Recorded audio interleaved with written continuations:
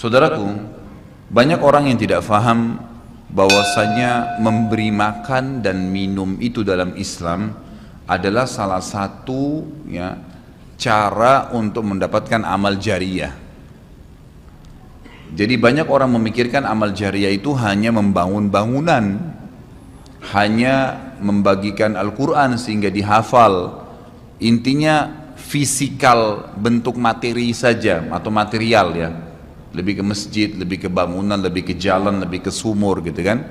Padahal sebenarnya ada hal-hal lain yang bisa menjadi penyebab amal jariyah, di antaranya makanan dan minuman.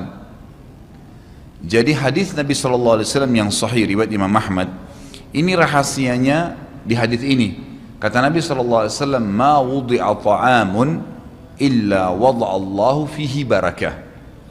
Tidak ada makanan atau minuman yang dihidangkan untuk orang lain kecuali Allah, atau dihidangkan buat diri sendiri juga masuk sebenarnya, kecuali Allah jadikan bagian dari makanan dan minuman itu berkah. Maksudnya berkah apa? Kata para ulama, dia akan berada di tubuh orang yang mengkonsumsinya selama dia masih hidup. Jadi begini, orang tua kita semua, Bapak Ibu sekalian, orang tua kita seperti saya, orang tua saya misalnya, pada saat saya ceramah di masjid ini, saya mendapatkan pahala karena menyampaikan agama Allah, insya Allah, bila diikuti dengan keikhlasan. Semoga Allah ikhlaskan niat kita. Orang tua saya panen pahala saya. Kenapa Bapak Ibu sekalian?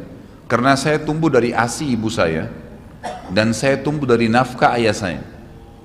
Makanan, minuman yang saya makan selama ini sehingga membantu pertumbuhan badan saya menjadi besar, dan akhirnya saya bisa hidup, maka itu menjadi amal jariyah. Makanya dalam hadis riwayat Imam Muslim, seorang sahabat bertanya, "Ya Rasulullah, ayyul islami khair?" Perbuatan apa dalam Islam yang khair? Khair ini yang baik sekali, pahalanya besar sekali, selain yang wajib, yang sunnah-sunnah aja nih. Nabi SAW tidak mengatakan perbanyaklah sholat sunnah. Kenapa? Sholat sunnah secara individual, puasa sunnah, zikir, ngaji, bukan. Karena orang ini mengatakan khair artinya yang banyak sekali pahalanya, banyak sekali manfaatnya, dan ringan, sunnah. Berarti orang lain bisa merasakan. Apa jawaban Nabi SAW? Tut'imut ta'am wa tusallimu ala man ta'rif wa man lam ta'rif. Engkau memberikan makan dan minum kepada orang yang kau kenal atau kau tidak kenal, memberi makan umumnya, dan engkau menyebarkan salam kepada orang muslim yang kau kenal atau kau tidak kenal. Tapi saksi bahasan kita potongan awal hadis ini, di mana Nabi SAW menjadikan amal yang paling baik, besar pahalanya dalam Islam ternyata memberi makan dan minum orang lain. Kok bisa? Bukankah dalam secara akal kita, kalau kita makan dan minum kan habis gitu kan? Ternyata yang dibuang oleh tubuh itu yang tidak dibutuhkan saja. Yang jadi, mohon maaf, air seni kita, air kencing dan buang air besar, jadi tinja itu yang tidak dibutuhkan oleh tubuh, tapi yang dibutuhkan diambil, diserat, gitu kan? Dia akan menjadi bagian daripada otot-otot, urat-urat yang memang membutuhkan pembaharuan, atau bahkan menjadi bagian daripada darah di tubuh kita, dan seterusnya. Tubuh kita terdiri dari 75% air, dan Allah SWT mengatakan dalam Al-Quran, "A'udzubillahi minasyaitonirrajim, waja'alna minal ma'i kulli syai' hayy." Kami jadikan dengan air itu segala sesuatu bisa hidup, dan memang seperti itu. Manusia bisa hidup dalam sebulan tidak makan, tapi manusia nggak bisa hidup kalau sebulan nggak minum. Bukan sebulan, seminggu nggak minum. Makanya para sahabat, beberapa riwayat menyebutkan seperti Abi Dzar radhiyallahu anhu, beliau mengatakan waktu beliau datang ke Mekah untuk mencari tahu berita tentang Nabi SAW, saking khawatirnya kalau beliau mengaku mau cari Nabi, karena semua orang yang datang dari luar Mekah mencari Nabi Muhammad SAW waktu zaman di Mekah itu digebukin atau dipukul. Dia dari suku Kifar, dia khawatir. Maka dia bilang, karena khawatir saya ditahu orang asing, saya juga kalau beli nanti retorika bahasa saya berbeda, maka saya minum air Zam-Zam.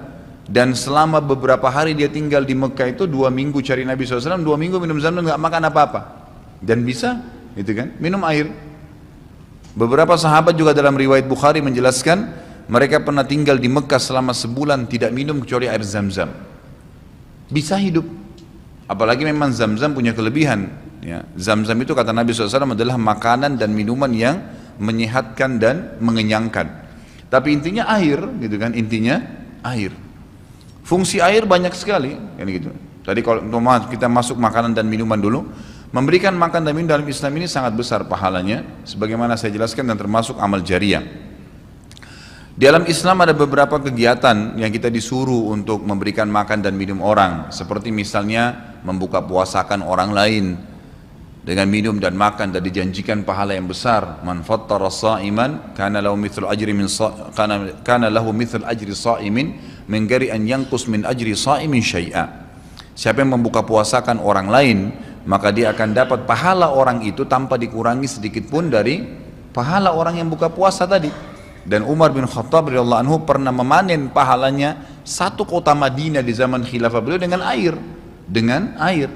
Jadi zaman khilafah beliau di akhir hidupnya, atau maaf di akhir khilafahnya beliau sempat di akhir Ramadan juga, bukan di akhir khilafah, mohon maaf, di akhir Ramadan, dia salah satu tahun khilafahnya beliau sempat ingin membuka puasakan orang, sudah mau habis Ramadan, ingin dapat pahala. Waktu itu beliau jadi khalifah, jadi raja, diiklankanlah di Madinah, ya dia bilang pada pembantunya, gulamnya, tolong iklankan kalau saya akan buka puasakan orang, ingin cari pahala. Orang semua diiklanin, Amir Mu'minin bin Khattab mengundang buka puasa, orang-orang pada berbondong-bondong datang. Yang undang siapa? Raja. Yang orang bayangkan ini akan ada kambing bakar, yang akan ada ini, akan ada itu, macam-macam. Raja yang undang, gitu kan. Ternyata Bapak Ibu sekalian, waktu sudah ngumpul semua jemaahnya, masyarakat depan rumah Umar menyuruh membagikan gelas-gelas yang zaman itu memang terbuat dari tanah liat. Kemudian dibagikan satu-satu dan disuruh antri di sumur, gitu kan. Karena memang mereka minumnya di sumur waktu itu, tidak ada sumber air yang lain, gitu kan. Mereka antri di sumur, lalu mereka ambil isi air masing-masing di sumur itu, antri kemudian sambil duduk. Setiap kali seseorang di antara mereka dituangkan air di gelasnya, mereka berkata, mungkin sebentar keluar kurmahnya, makanannya dan seterusnya. Begitu terdengar azan, kata Umar kepada pembantunya, sampaikan kepada seluruh muslimin, silakan berbuka puasa dengan air yang ada di tangan mereka. Maka dia pun mengatakan silakan buka puasa, dan selesai segelas air ini maka selesai buka puasanya Amir Mu'minin, gitu. Orang akhirnya bubar, tapi pada saat itu orang faham Umar bin Khattab ingin mencari pahala orang, gitu kan, ingin mencari pahala saja. Dan ini sudah saya tekankan, kalau menjelang Ramadan, Anda juga bisa ikuti pengajian saya di YouTube, ada judulnya Dahsyatnya Ramadan. Salah satunya itu kalau tiba Ramadan, ikhwah, maka maksimalkan waktu membuka puasakan orang. Apa susahnya membeli sedus air, ya, air mineral, berapa harganya? 20.000, 30.000, 20.000 rupiah kalau nggak salah ya. Air mineral gelas, isinya berapa? 40 sekian. Baik, kalau kita bagiin di masjid, satu orang minum satu gelas, kita dapat 48 pahala orang buka puasa. Nah, itu luar biasa, hanya dengan 20.000 rupiah. Tapi anehnya banyak orang tidak mau amalkan, padahal itu termasuk selain amal jariah, dapat juga pahala buka puasakan orang lain. Nabi SAW dan juga merupakan ciri para nabi-nabi, mereka itu paling senang mengikram tamunya, dan beliau menjadikan sebagai sebuah prinsip dasar dari iman kepada Allah dan hari akhir, sebagaimana beliau bersabda dalam hadis Bukhari Muslim, man kana yu'minu billahi wal yawmil akhir falyukrim daifahu. Siapa yang beriman, mengaku beriman kepada Allah dan hari akhir, maka dia harus mengikram itu, melayanin, memberikan makan dan minum, ya, mengucapkan tutur kata yang baik bagi tamunya. Intinya memberikan makan dan minum dalam Islam ditekankan sekali, karena itu juga termasuk, ya, amal ibadah, amal jariah dan amal ibadah yang akan mendapatkan pahala. Jadi ada dua sisi pahala yang didapatkan selain amal jariahnya, selama dia makan dan minum kemudian itu masih ada di dalam tubuhnya, maka berarti itu akan terus menjadi amal jariah. Kata para ulama, dia akan terus menjadi amal jariah pada saat seseorang tumbuh besar. Kayak kasus seseorang manusia tadi, orang tuanya, ayahnya carikan nafkah yang halal, ibunya kasih ASI, dan dia tumbuh besar dari situ. Tumbuh besar ini ternyata menjadi otot-ototnya, menjadi komponen dari tubuhnya. Kemudian dia menjadi besar, lalu dia menikah. Dari komposisi tubuhnya tadi, ternyata ada yang mengalir di sperma dia kepada anaknya. Kemudian anaknya tumbuh besar juga dari situ, dan seterusnya. Jadi amal jariah selama masih ada manusia itu. Jadi seperti itu luar biasanya gitu. Di antaranya tadi saya bilang, kita bisa mendapatkan pahala dengan buka puasakan orang. Yang kedua, mengikram orang. Mengikram ini memberikan, menyuguhkan sesuatu buat tamu. Ya. Termasuk ya, yang dianjurkan adalah sering-sering ya, mentraktir orang lain. Ada kultum saya itu. Subhanallah, saya isi salah satu pengajian di salah satu kantor di Sudirman ini. Sampai saya dibisikin, Ustadz, setelah saya nonton di YouTube ceramahnya Ustadz tentang traktir, ini teman-teman semua pada berebut nih, saling traktir-traktiran gitu. Jadi nggak lagi nunggu temannya yang bayar, tapi dia yang bayar duluan. Ternyata itu amal jariah ya Ustadz ya. Oh iya, amal jariah. Kan gitu. Memberikan makan orang, bayangkan kalau dia makan dan minum dia kenyang. Kemudian ada yang jelas pasti ya, makanan minuman yang dimakan dan diminum itu pasti ada bagian yang akan menjadi komposisi tubuhnya. Nggak mungkin semua terbuang. Maka itu berarti akan jadi amal jariah. Apalagi kalau dasarnya yang kita berikan makan orang-orang yang bertakwa, orang soleh, luar biasa, makin kuat dia beribadah.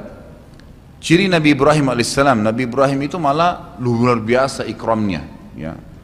Dia suka dengan tamu, sampai-sampai kalau dihidangkan makan, cirinya beliau nggak pernah makan sendiri. Pasti habis dihidangkan makan, dibuka pintu rumahnya, siapapun lewat dipanggil makan sama dia.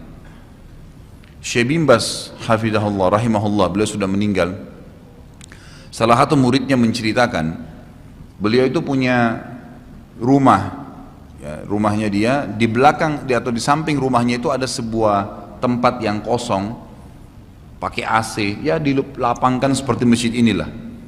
Setiap hari beliau menyiapkan makan siang dan makan malam untuk 600 orang. Setiap hari. Siang itu untuk 600 orang, malam untuk 600 orang. Jadi 1200 orang yang makan setiap hari. Atau 1200 porsi lah ya. Kalau orang yang sama makan siang dan makan malam. Sampai-sampai beliau bukan mengundang ya, enggak diundang orang. Jadi awal-awalnya saja diiklanin. Jadi kalau sudah tiba waktu makan siang, yang lagi nyapu jalanan mampir, yang lagi lewat mampir, yang muridnya mampir, yang kerabatnya mampir, pokoknya mampir 600 orang. Siang malam, tiap hari sampai belum meninggal. Itu bagaimana mereka mengikramnya. Kadang-kadang kita subhanallah, makanan kita taruh di kulkas sampai rusak, nggak mau dibagi kepada orang. Pelitnya luar biasa. Kalau buahnya lagi berbuah dibungkus, nggak mau dibagi ke orang lain. Padahal sebenarnya rahasia untuk menambah berkah sesuatu benda, rezeki kita, itu diinfakkan dulu.